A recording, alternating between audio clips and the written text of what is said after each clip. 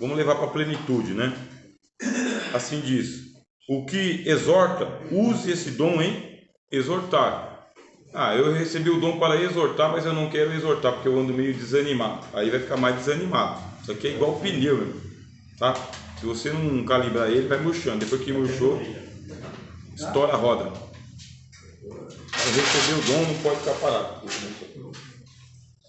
Então, o que exortar, use esse dom em exortar. O que reparte, tem dom de repartir. Quem quer o dom de repartir? Senhor, eu quero o dom de falar línguas estranhas, com poder e grande glória. Nessa manhã, o Espírito Santo está dando aqui o dom de repartir. Quem se habilita? Quem se habilita? Porque repartir é isso mesmo. É partir e partir de novo, e partir e repartir. É repetir. Então, e o que reparte, faça com liberalidade. É o pessoal que cuida da beneficência da igreja, dos recursos, recursos materiais da igreja. Não pode ter avareza. O que preside, está acima de todos, né? O que preside, com cuidado, porque quando você recebe poder, você quer mais poder. E poder pode virar despotismo, né? Presidiu, recebeu muito, faça isso aí com cuidado, vai ter que tomar bastante cuidado para não tropeçar na soberba de Satanás. E o que exercita misericórdia, misericórdia é ministério, é ministério, junto com os outros dons. Eu só conhecia a tabela de 1 Coríntios capítulo 12, tem a tabela de Romanos capítulo 5 e tem a tabela de Efésios capítulo 4. São tabelas de dons. E aqui, o que exercita misericórdia com alegria. Precisa ainda de um fruto chamado alegria, sem falar os frutos do Espírito Santo.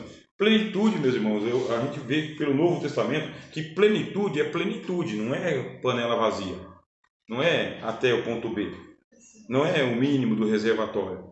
Plenitude é você poder chegar lá no posto de gasolina, saber que o teu carro comporta 60 litros e ainda mais 10 de reserva, e você fala, enche. Tá 7 conto o litro da gasolina. Enche, rapaz. Enche. Porque o carro com tanque cheio, né, dá mais segurança, você vai mais longe e parece que gasta menos, né? E dá menos problema. Tanque vazio, até o tanque do carro começa a reclamar, né? Começa a reclamar as peças, engasgar. Então, plenitude. Agora a gente tem que ficar inconformado de Deus ter tanto Espírito Santo no céu e a gente só umas gotinhas aqui na terra. Culpa de quem? Não pode ser nosso. Eu acho que é nosso. Deixa eu ver que hora que é, irmãos, por favor. 10h10. Vai até 10h20, né? É isso? Olha que graça, né? Já falamos bastante, conversamos bastante e ainda tem 10 minutos. É um mistério, né? Está dando conta. Está acontecendo algo de Deus aqui, a mais, né? Terceiro, a fonte do ensino de Paulo sobre o Espírito Santo aos Efésios. As Escrituras como fonte de revelação sobre o Espírito Santo. Aí pronto, meus irmãos, a gente sabe que tem uma teologia do Espírito Santo no Antigo Testamento, uma teologia do Espírito Santo no Novo Testamento, que uma foi uma experiência com os profetas e outra foi uma experiência com os apóstolos. Cada apóstolo teve uma experiência e quem mais escreveu sobre ele foi o apóstolo Paulo, escreveu 13 cartas e não deu conta. Nós temos que pegar a palavra de Deus, a Bíblia, e ler ela um pouquinho mais sobre o Espírito Santo e deixar que ela tenha autoridade sobre a nossa teologia. O teólogo não pode ter autoridade sobre as Escrituras, não pode, ponto final. O teólogo não tem autoridade sobre a Bíblia. Se o teólogo começa a manipular a palavra de Deus, ao invés de manusear é isso aqui, ó. Agora manipular é fazer ela falar o que ela não faz, ou esconder o que ela fala. E tem gente que é assim, espertalhão, é um mago mágico, né? Ele esconde o que a Bíblia fala. Não se esconde nada, se está na palavra. Por que surgiu o pentecostalismo? Porque os irmãos leram Atos dos Apóstolos e creram que um dos dons seria falar em línguas estranhas, oraram sobre isso e o dom se manifestou. Agora, não são exclusivos, porque John Wesley dá testemunho de que ele também foi usado em dons de falar em línguas, não com frequência, e Martinho Lutero também dá testemunho de que foi usado nesse dom também, mas não com frequência. Agora nós damos testemunho de que nós falamos em línguas estranhas com maior frequência. Agora a gente tem que e assinar um documento de meia-culpa diante de Deus e falar que a gente está falando menos línguas estranhas. E por que nós estamos falando menos línguas estranhas? Por quê? A gente é mais excelente do que os apóstolos? Por quê? Se Paulo deixa claro que não proibais falar em línguas estranhas, não proibais. Não é para proibir falar em línguas estranhas. Por que está acontecendo menos frequência de línguas estranhas? Porque aumentou a instrução? Pode ser, né? A ciência incha. Então aumentou a instrução, aí o grau de instrução, menos pessoas falando em línguas estranhas, o pessoal quer mais explicação, não se manifesta mais esse dom. Em contrapartida, Paulo falou o que também? Aquele que fala em línguas, ore para que possa interpretar. Como não tem intérprete, o Espírito Santo pode estar recolhendo a ferramenta dele. Sabe aquele camarada que está trabalhando com um ajudante? Aí fala, fim de expediente, recolhe as ferramentas e guarda na bancada. Aí você vai lá fazer o checklist, se está tudo ali ou se tem alguém roubando a chave de fenda. Pode ser que o Espírito Santo esteja recolhendo a manifestação dos dons de falar em línguas estranhas porque não tem intérprete. E ele não pode ficar entrando em contradição, né? Ele fala para fazer uma coisa, não faz, fala para fazer outra coisa, não faz, recolhe a ferramenta, não está usando. Recolheu a ferramenta de falar em línguas estranhas. Qual que é o problema de recolher essa ferramenta? Paulo fala que o Espírito ora bem. Quem ora em mistério, ninguém o entende, porque só Deus pode entender esses mistérios. E o Espírito ora bem. Quem para de orar em línguas estranhas está desperdiçando uma ferramenta que é o da oração em mistério. E a gente sabe que quando a gente começa a orar em mistério, pode se manifestar um segundo dom, que é o da interpretação, e um terceiro dom, que é o da profecia, e um quarto dom, que é o da revelação. Então é uma ferramenta recolhendo a outra. Esse é o perigo da nossa geração. É a gente andar com muita teologia, muita ciência, muita técnica, muito, sabe? E pouco Espírito Santo.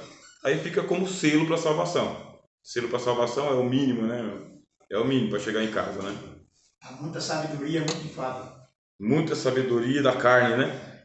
Aí é muito enfado. O senhor quer falar? Não, porque o senhor está falando, teve um tempo aqui que o pessoal começou a brincar aqui nos cultos, que começou a falar em línguas. E o pastor levantou e falou, se for da parte de Deus, que haja intérprete. Pronto. Ninguém interpretou. Eles começaram a ficar fiel, começavam a falar daqui. Eu teve culto aqui, pastor, que dá vontade de ir embora. O camarada aqui chegava com, levantava a mão assim, outro falava daqui, começava a falar daqui, assim, o pastor foi ensinando. Aí começou, e o pastor falou, se for da parte de Deus, que haja intérprete. Porque o que nós queremos é isso mesmo, né? Verdade. É o Espírito Santo, não um mando de bobo, né? Um bobo fazendo os outros de bobo. Ninguém quer ser bobo, né? E eu lembro também que foi o pastor Alberto, né? E pessoas ficavam profetizando, o pastor falou assim, olha, igual a ideia vai ser o seguinte, se você tiver alguma revelação, no final do culto, eu vou te dar uma oportunidade, você vai vir aqui, vai à frente. Foi? Cadê os que tinha revelação? Começa a colocar filtro, né? O pastor falou assim, no final chamava, quem teve revelação pode vir aqui agora para entregar a igreja. E aí? Não tinha. E um dos problemas que aconteceu lá em Corinto foi justamente isso, né? Tinha muito carismáticos, né? Muitas manifestações espetaculares, mas não tinha o principal que o apóstolo Paulo colocou num capítulo só para isso, o amor. Não tinha o amor. Teve um trabalho aqui que a irmã começou a profetizar. Um dia na vigília ela falou para o irmão assim, olha, tu vai fazer uma viagem, meu servo, e nessa viagem vai eu, tu e Teté. Até agora eu não estava querendo saber quem é Teté. Mas eu não explicar para você que é o Teté. Ó, meu servo, tu vai fazer uma viagem, mas nessa viagem vai eu, tu e Teté. Ela era casada, o rapaz, você sabe como é que ia ela, o homem que era casado e o Teté. O Teté era o marido dela, não. É uma confusão. Pastor, é uma confusão danada isso. Bom, o que a gente aprende aqui, também, para a gente terminar? A gente aprende que nós somos obreiros da casa do Senhor, que nós estamos dentro de uma denominação pentecostal, que existe uma eclesiologia, que é a ética para o obreiro. Dentro dessa eclesiologia tem os filtros, e nesses filtros aí a gente tem que saber se enquadra nele e se não se enquadra nele. Nesses filtros aí. Aí é a eclesiologia. Eu sei como me portar dentro da casa de Deus, coluna e esteio da verdade. Sei como entrar e como sair. Aqui é um fórum que é um fórum de ensino, que é a Escola Bíblica Dominical, que é um departamento oficial da nossa igreja. E temos as Escrituras. E as Escrituras ensinam isso, isso e isso sobre o Espírito Santo. E que o teólogo não tem autoridade sobre as Escrituras. O teólogo aprende com ela. E que a própria teologia precisa passar por revisão, porque os teólogos são muito limitados. Também o que a gente viu aqui é que nós podemos ser cheios do Espírito Santo, como a Bíblia diz. Ela não manda você ser cheio para você não ser cheio. Agora, a gente suporta uma vida cheia do Espírito Santo? Aí já é individual. Você suportaria ter uma vida cheia do Espírito Santo, pleno do Espírito Santo, dedicado a esses ministérios? Pleno.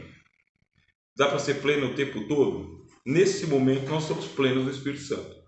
Eu falo por fé. Eu vejo plenitude do Espírito Santo neste momento. Aí vai acabar a aula. Vai acabar a aula e vem os afazeres diários. Daqui a pouco a gente está de volta aqui para adorar a Deus. Mas depois também passa. Então nesses momentos dá para ser pleno. Mas tem a hora da visita no hospital. Ali tem que ser pleno. Tem a hora da celebração de um casamento. Ali tem que ser pleno. Tem a hora de fazer a correção de um filho. Tem que ser pleno. Tem a hora de ser administrador das coisas comuns. Tem que ser pleno também. Quer dizer, essa plenitude não significa que o tempo todo a gente vai estar voando nas asas do Espírito, falando em línguas estranhas e profetizando. Mas na hora da ação, a gente vai lá e age como homens que têm o Espírito Santo. É bênção. Bênção, né? Glória. Não faz chamada no começo da aula para atrapalhar vocês aí. Cara, colocar meu nome na lista, por favor. Aí a satisfação em um, às vezes não tá aí, né? É bênção. E tem muito mais coisas, tá bem? Bastante mais coisas. A gente vê que o Espírito Santo no céu, eles são 7 tochas ardentes. 7 tochas ardentes no céu. E ele só tem 7 lâmpadas para iluminar o céu todo. O primeiro, o segundo e o terceiro pavimento. Só. Aliás, no terceiro pavimento não precisa nem de lâmpada, porque lâmpada é o Senhor Deus. Terceiro pavimento. Quer dizer, é muita coisa, né? Um espírito só para o universo todo dá conta. Se a gente colocar só 7 lâmpadas aqui, a gente não dá conta. No céu da cidade dá conta. E todos nós devemos ser cheios do Espírito Santo conforme ele nos concedeu. Tá bom, meus irmãos? Bom, acredito que a gente terminou a aula de hoje. Deus abençoe. Obrigado pelas perguntas, a presença dos irmãos. Tá bem? Vamos continuar orando uns pelos outros. Amém.